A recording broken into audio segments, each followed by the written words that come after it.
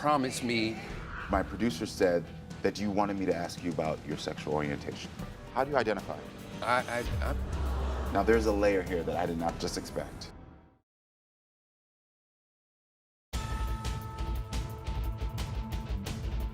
So when you were in the beginning of your relationship, Damien understood that you wanted to transition because you take testosterone. Yes. As Lucretia, he put life into me. But when I'm Jay Moore, he never put life into me.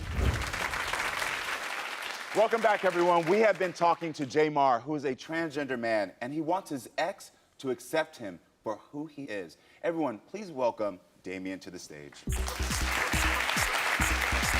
Hey, how you doing? How you doing? Give me a hug. What's up? Take a seat. All right. So, I have to start off. Thank you for being here so much. Yes, sir. Thanks for having me. I got to start off and say what's going on. I mean, I just don't. This isn't the person that I met. I created. I created this beautiful black woman that promised me to marry me, to give me children. Great. Lucretia was powerless, that's why. I didn't really have a voice. You was everything I had. So I want to know this because I can see that you're struggling. I can see this, but you also use language that is ownership language, that is language of like, I deserve this about another human being. And that's not healthy. And I want to know, so why can't you just accept your best friend? Lucretia promised me this future that I just couldn't let go. And it made me feel like a man. You know what I'm saying? But you never even gave me a chance to say goodbye to Lucretia. You just killed her. You never even gave me a chance. You wasn't never gonna end it. But think about her daughter. Like like. She's gonna respect me no matter who I am. Jamar, I want to hear a little bit about Damien's side because the thing is you asked for help. And for me to really help, I need to know more about where did this start from? I have a question for you. I don't know this answer, but my producer said that you wanted me to ask you about your sexual orientation. How do you identify? I'm gay. I'm a gay black man. Now, there's a layer here that I did not just expect. Yeah. So you identify as a gay black man. Yes, sir. So, as a gay black man, someone who's in this community and understands the oppression, these things, why are you then imposing that oppression and judgment on someone else, especially someone who you called your best friend, being a member of this community? She promised me to be Lucretia forever. Okay. And that's what I wanted. That's what I want. I'm going to ask you for a favor. While on my stage, Yes, would sir. you be able to please refer to Jamar as he? Yes, sir. Thank you. Thank you. I understand you're going through your journey. I do understand that. But on this stage, it's all about respecting individuals of where they are, what their pronouns are, and how they identify. You just gave me a lot to think about right there because I wasn't aware. I thought that I was dealing with someone who identified as heterosexual and identified as straight. And you know what I mean? Now there's a layer of this.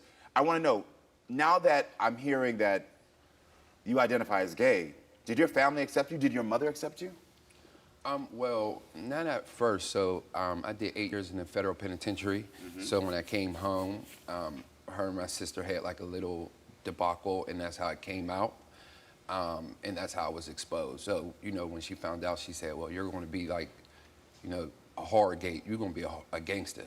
It was hard for me too, you know? And when I found something to cover that horror shit up, it was easy. I understand that. I'm listening to you, and I get it. You're grieving. Jamar gave you safety. It's not that I don't want to agree with you, Karamo. You know, it ain't about, we ain't going to play tough. I don't want to play tough with you. Having someone who identified as female and presented as female made you feel safe. That's point blank. Period. Period. That's what it is. Period. And that's gone. So I'm hearing now, you're not really grieving the fact that Lucretia transitioned to Jamar. You're grieving, how am I going to be safe in this world? You're grieving, how do I explain to my mom I can't give you what you need? You're grieving all of the people who told you you're not good enough, and now you feel like they're going to be right. And you want to know something, Karamo? I knew we wasn't going to, if I stayed Lucretia, we wasn't going to be together in the future because that's not who he was in love with for real. he fell in love with the thought of Lucretia and his mom's happiness. Boom. Period. And I just got trapped. All right, so when it comes to your child, how do you feel about co-parenting? I love it. We do great as parents. You know, Did you tell Jamar that you don't think your daughter should have two dads? I just don't like her to say. I don't want her saying dad to both of us. It kind of, I'm kind of confused with that. That's How do just you how feel I about feel. I feel like, you know, two men can raise a kid.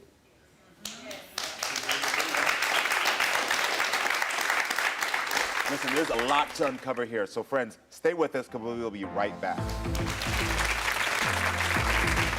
Coming up, please welcome the queen of bounce, Big Freedia. Where you just kind of do a little side to side.